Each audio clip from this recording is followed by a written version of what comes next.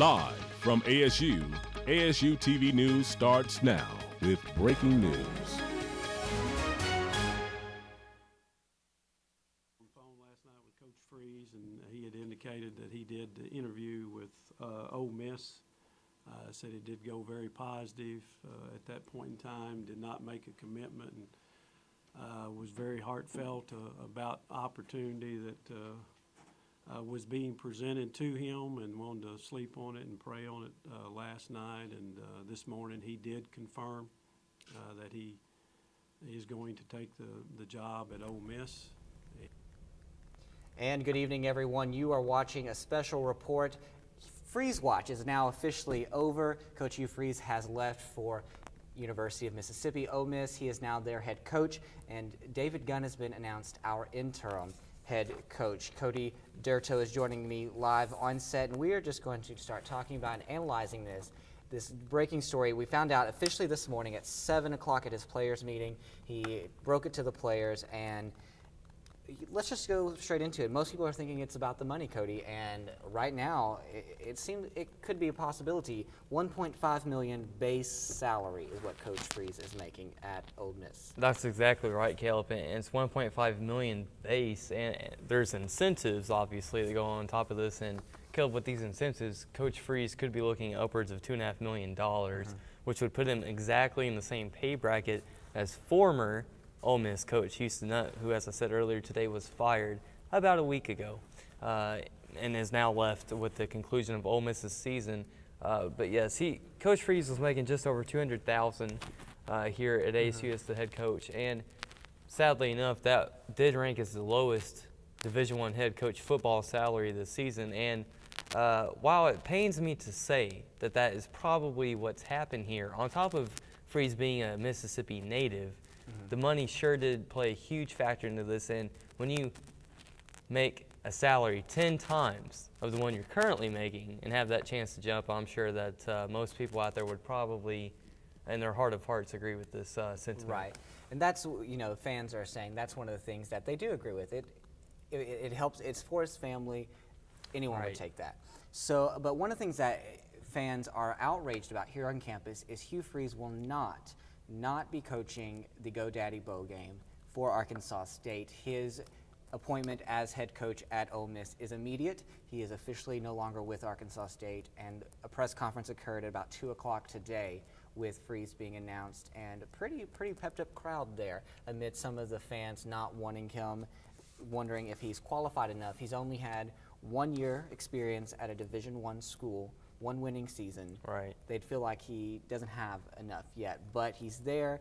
There is a great energy at the press conference. We watched it live on the air while we were off the air, and it was very interesting. Well, when you talk about Ole Miss, Kalup, you have a university that is esteemed in its history. You have Archie Manning and Eli Manning that played quarterback there. Obviously, brother Peyton played at Tennessee, but I mentioned earlier that Archie Manning and one of the head executives for FedEx were the head members of the coaching search committee that hired Hugh Freeze to Ole Miss. And Ole Miss, much like Jonesboro, the town of Oxford, the town runs around the university. And with that being the case, that's basically all there is there in Oxford. So this is a tremendously, we cannot understate this, tremendously big deal for Ole Miss and the Oxford community. And with this being so, the auditorium in which they held the press conference was full. And we're not talking a media room in a convocation center, ladies and gentlemen. We're talking a media room in a auditorium in the center of campus at Ole Miss. And this auditorium was filled with students along with media members. And Kalup just referenced the energy. And I want to talk about that for a second. This energy was not all positive. There were some views. Right. There were exactly. views. As you're talking about that one season of Division I head coaching experience. But the big thing here is Hugh Freeze is a hot commodity at the moment. He's been a hot commodity roughly the last 6 weeks of the season here. And with that being the case, it was time to pounce. Now, I can understand the fact of how you would not want to coach with 1 season of experience, but let's be honest, the man has won wherever he has coached. And I feel that with his offensive philosophy, and we'll touch on this in a moment, the staff that he's bringing to Ole Miss, this will go a long way into taking Ole Miss to that next step in the Southeastern Conference. You had talked about how he is a hot commodity and he's been winning. And one of the things that's interesting to note is when he coached women's basketball at a high school level, he won 5 state championships. Oh yeah, he was so a he's tremendous got like a touch high of school luck coach. when it comes, well, not luck, talent when it comes to winning. So Ole Miss, he's going to bring that to them. Another thing, you were talking about the spirit at the school, and you know, I remember when a year ago we were covering this with his announcement right here on the set, and we had talked about the energy he brought in that press conference and the energy he wanted to bring to the students. And I don't want to diss Arkansas State students. I love you guys, Not at all. but the energy wasn't there. We tried, and we had low attendance. The last game, Troy, and I'm going to get off my soapbox here in a minute, but the last game at Troy, 10,000 people. Exactly, and that was a outright conference title clinching game. You know, if we had lost that game and Western Kentucky had won theirs, we would have tied. Now, technically would have been the outright champions because we would have had the better overall record, but that's not in the eyes of the conference. So we have not had a game that big in Jonesboro, well, in 25 years, in my opinion, but at least since Jonesboro and ASU won the the conference title in 2005 for the New Orleans Bowl. Right. But if we look at that with a microscope, we have given that title away due to NCAA sanctions and ASU self-penalizing that came earlier last season toward the second half of last semester. And so with that being the case, the Jonesboro community, you know, we had the second and third largest crowds in school history for the Memphis and UCA game. And myself working in the athletics department and those of us even here in the radio and TV field feel like, man, this is going to be a fantastic start. We're going to have the house packed every game. And ladies and gentlemen, that was simply not the case. Not at all. Jonesboro really dropped the ball on this one. And regardless of what you may say about the salary and the Southeastern Conference compared to the Sun Belt, whatever that may be, having a stadium in which you only pack 12,000 people as compared to Ole Miss where you're looking at upwards of 40 or 50,000 people, that plays a big deal, especially when you go on the road in the Southeastern Conference. You're going to be playing in stadiums like Alabama, looking at 70,000 people, Auburn, 65,000, University of Arkansas, 65,000. Right. And with that being the case, Hugh Freeze, whether or not he succeeds as Ole Miss, if he does the job Houston Nutt did plus a half, if he can get them to 500, he'll be a hot commodity in 2 to 3 years' time for another coaching position. That will surely open. And it's just, I will say this before we move on. GoDaddy Bowl is coming up. Buy your tickets now, fans. We did drop the ball. It's time to pick it back up before we know who the new head coach is. Let's support Coach David Gunn right now. He is the interim coach, and that moves on to our next topic. We have his official statement he made at the press conference today. Take a listen. Guys, I am certainly honored to be before you today as the interim head coach at Arkansas State University. We will continue to move forward. As you can see, some of the young men who are around the room, who are scattered around the room this evening, they make that job and this transition quite easy. The seniors that we have, we will certainly count on them to provide leadership for us and to continue to lead our football team in the direction in which we have traveled thus far. As Dr. Lee has already mentioned, our objective is very simple. We want to go to Mobile and we want to win. And we want to continue with the recruiting process that we have begun. We have 17 commits. We feel comfortable in maintaining those commitments. I know many of them will have questions. We have already been on the phone with some of those guys and their parents, reassuring them that everything is still okay at Arkansas State. We certainly want to give honor and tribute to Coach Freeze and the outstanding job that he has done this year. But quickly, it's time for us to move forward, and that's what we will do, and we'll begin doing that today. Thank you, Doctor. All right, and that was new coach David Gunn. He is interim until the search process is complete. We'll talk more about the search process in a minute. But now the attention is on Gunn. He is going to be coaching at the GoDaddy Bowl. The fans are going to have to get behind this guy because he has been given kind of a tough situation right now. Well, there's no doubt about that, Caleb.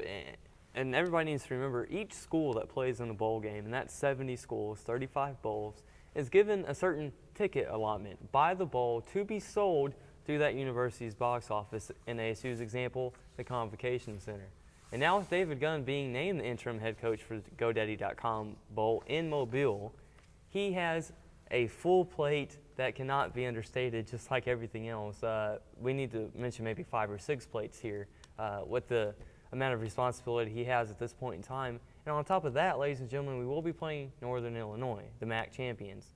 And I just want to stress the fact that Northern Illinois is just outside the top 25, as is ASU, and is possibly the best opponent we could have drawn in this bowl situation. Their offense is dynamic, explosive. There are not enough superlatives to correctly describe the strength of Northern Illinois' offense and their coaching staff. For example, in the MAC championship game this past weekend against Ohio, they were down 20-0 and rallied for a 23-20 comeback win to win the MAC title. And with that being the case, I can only imagine what must be running through the mind of David Gunn at this moment and in the coming days, because on top of keeping the recruiting going, and you mentioned Freeze, he will be starting the recruiting trail tomorrow morning, ladies and gentlemen. He is in Oxford as we speak. Immediately. Exactly. And David Gunn, he has to game plan, set practice schedules, review tape, talk to the media, and figure out what to do about this whole recruiting trail, all basically with the staff of just himself and the SID people in the athletic department who can only go as far as media relations in that standpoint. And that man, Dr. Lee, if I'm not mistaken, called David Gunn a man of character. And I feel personally strong enough to support that statement myself, because this is not an easy undertaking. One can basically appoint this to starting your own business with no staff and trying to do so on a multinational level. That's the kind of level that we're talking here with the responsibility that David Gunn has inherited. Right, and if you don't know, when we talk about by himself, Coach Freeze is taking quite a few coaches with him. Yes, sir, he is. 4 of them, from what I understand. Yes, sir, he is taking Lane Kiffin, who was a recent hire in this last season, defensive coordinator Dave Womack, who is probably the biggest subtraction besides Freeze himself.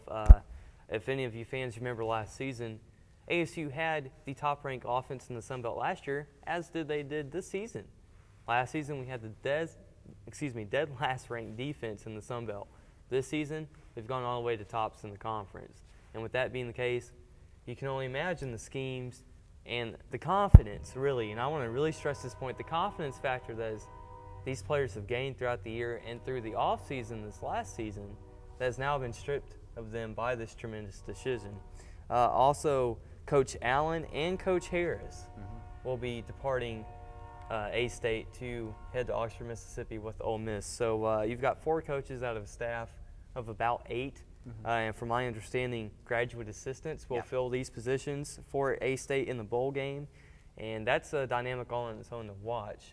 I cannot begin to state the frenzy that would be if ASU did pull off a bowl victory with basically an entire team of graduate assistants at the helm. I think that's something interesting to watch. He, in the press conference, Gunn said that the caliber of the grad assistants are great, but at the same time, they're still learning. They're learning the ins and outs of college football, and if we pull this out, and I'm going to say we probably will pull out a win at the GoDaddy, I think the players now feel like they have something to prove. I'd agree. Because they no longer have Freeze. And I think it's going to, stuff movies are made up. Let's be real. Well, there's a movie called The Blind Side. That, we've already got one movie about a coach that we've had. I think maybe a good title for this one could be The Redemption, maybe? Maybe. I think that would work. Okay, so obviously now we are in the search for a new head coach. Gunn is the interim coach right now, so we are going to beginning tomorrow searching for a new head coach.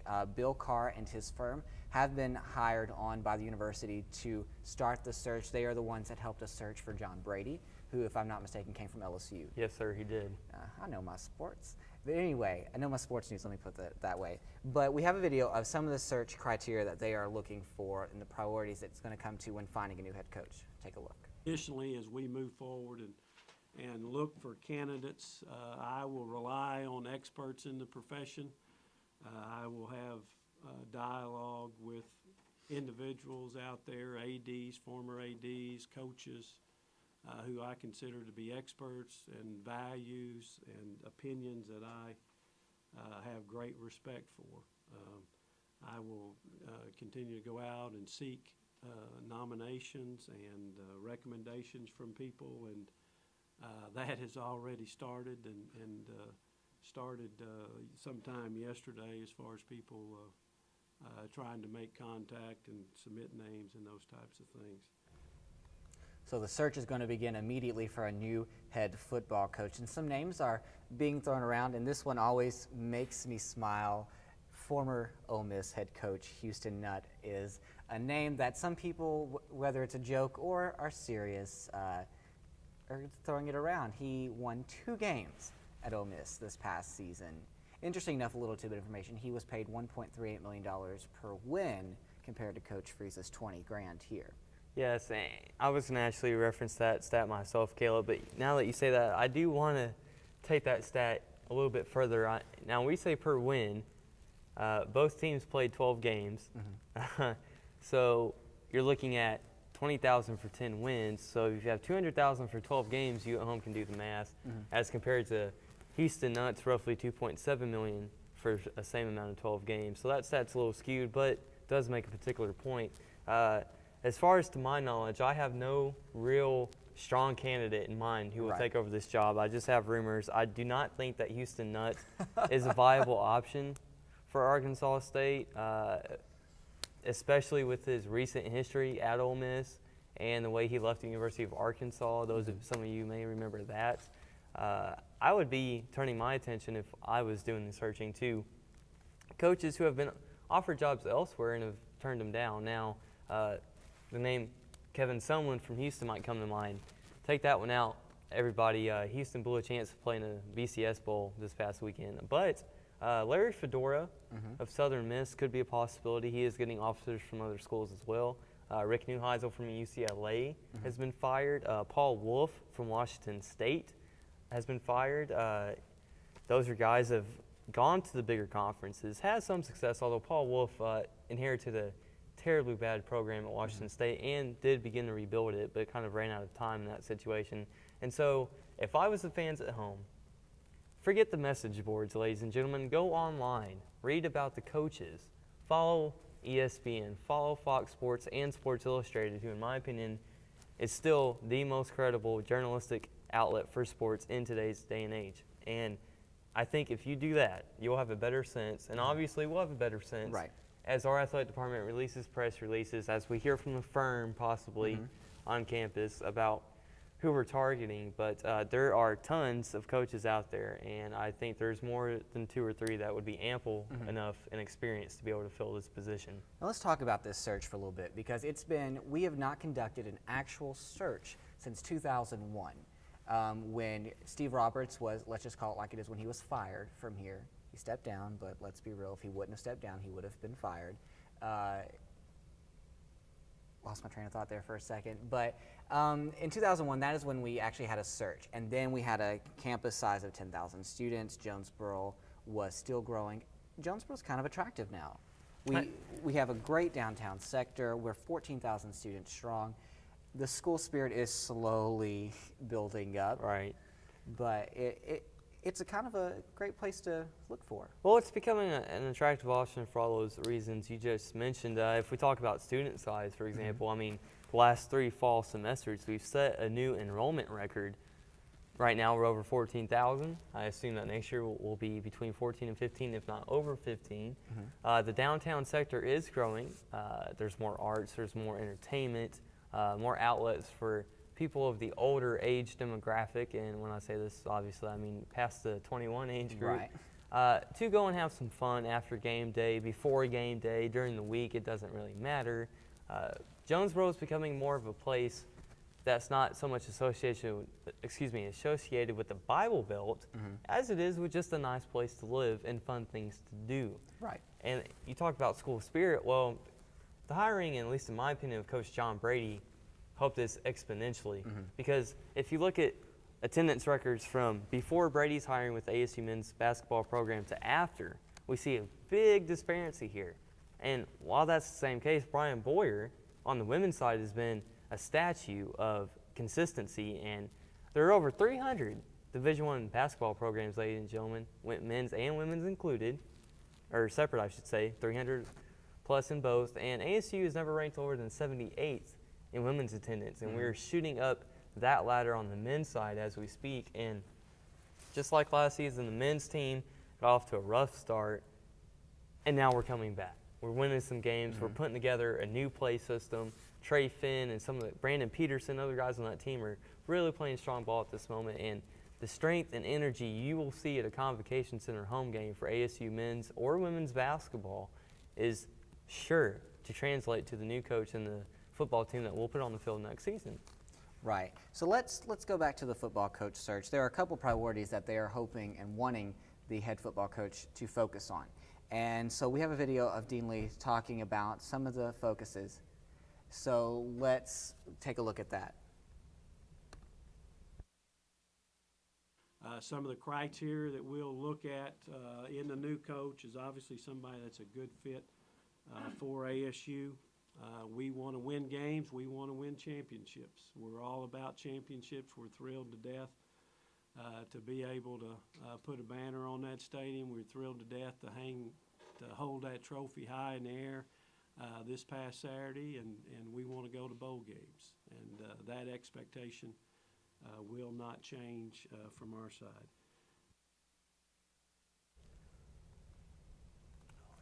All right, and it's one of those, we want to win bowl games, and we're focusing on the GoDaddy Bowl, and hopefully we'll pull out a win there. What do you think about some of those priorities? He wants to focus on recruiting and bowl games and winning. Well, I'll start with the bowl game first, seeing as how that is the most immediate option for the fans' outlook, at least.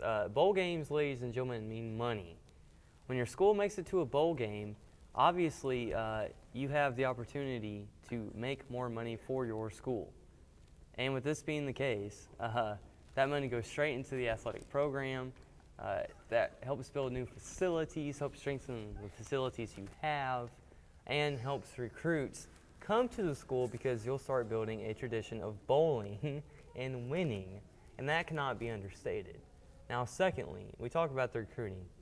As I mentioned earlier, Hugh Freeze will hit the Ole Miss recruiting trail tomorrow morning. David Gunn will hope to keep up ASU's recruiting as we speak.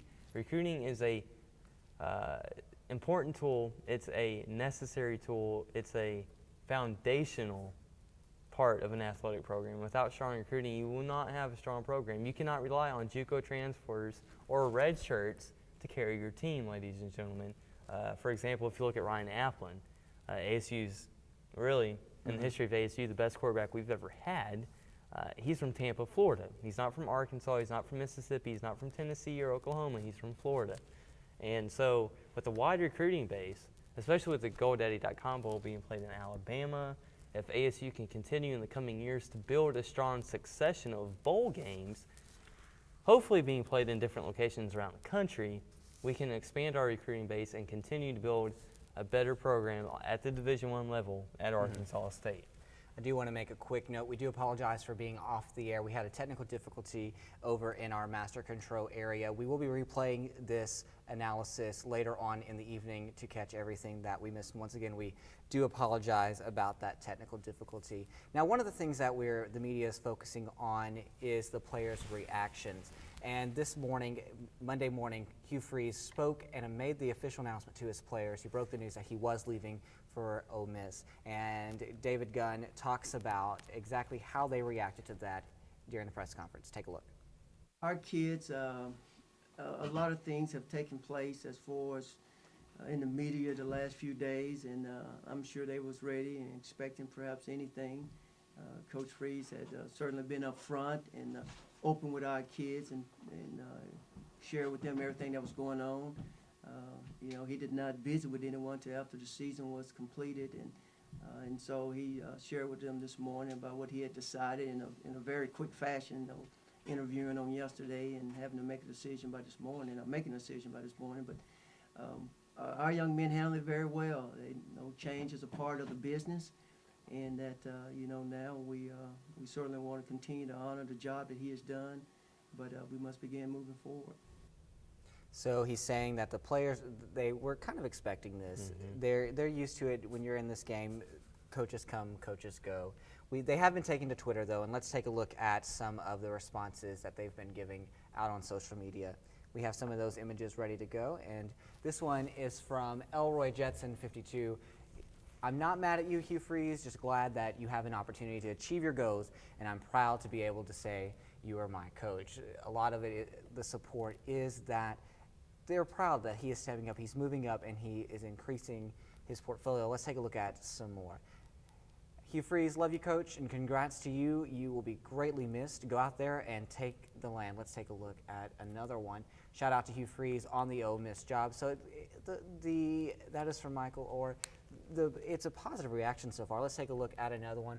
I don't feel as if you did anything wrong, Coach. Love you, and thanks for teaching us live, coming from Tom Castelaw of the football team. Let's move on to a few more. Now, some of my teammates don't want to play in the bowl game. Wow. And that one's from Dwayne Frampton, if you don't mind me excusing me there, go Caleb. right ahead. Frampton has been the most active player to take to Twitter since roughly 2 days ago when the big headache of this whole scenario started to really take shape. And, we saw the Michael O'Hare tweet there. Obviously, Michael's coach in high school was Hugh Freeze there in Tennessee. And, Frampton, ladies and gentlemen, is a senior. He's getting ready for his NFL prospects, and some of the things he's been saying on Twitter, for example, that last tweet, are interesting to watch because of the severity of what he's saying and how NFL teams might view that. Now, you saw a tweet, there from Darius Dunaway a few moments ago. I've had Darius on my program a few times. Great guy off the field, as nice as can be. If you were to look at him outside of a football uniform, you'd probably think he was a teddy bear salesman. It's nice to see that the players are wishing their former coach well in his new career pursuits, but obviously I'm sure that Frampton's opinion on that tweet is shared by more than one or two players who may or may not be tweeting. This is definitely a blow, and it's the life of a Division I college athlete, let's be honest. But that still does not change the reason of whether or not you think you have a chance to win a bowl game. That would be great for your school to win. Well, it is going to be very interesting in the next coming weeks as the search is underway. We thank you for joining us. We do once again apologize for any technical difficulties. Be sure to catch the replay of this later on ASU-TV and, of course, ASU-TV.com. We will be following this story and any updates in the search for the new Red Wolves head football coach as it becomes available. Just follow us on Facebook and Twitter. Remember, go to ASU-TV.com for any video updates and all of our great shows. We'll see you when we have more breaking news. Live from ASU, ASU TV News starts now with breaking news.